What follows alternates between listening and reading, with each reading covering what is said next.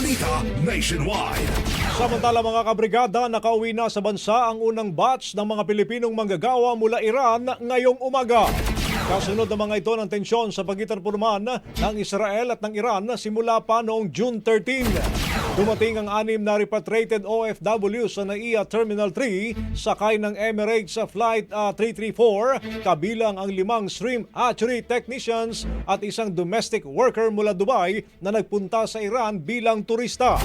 Sinalubong daw sila ng mga opisyal mula sa OWA, DMW, DFA at DSWD na agad na mahagi ng tulong pinansyal, pagkain at serbisyong medikal. Ayon pa sa OWA, tutulungan din ang mga manggagawa sa kanilang pansamantalang matutuluyan at pagbabalik po ng probinsya.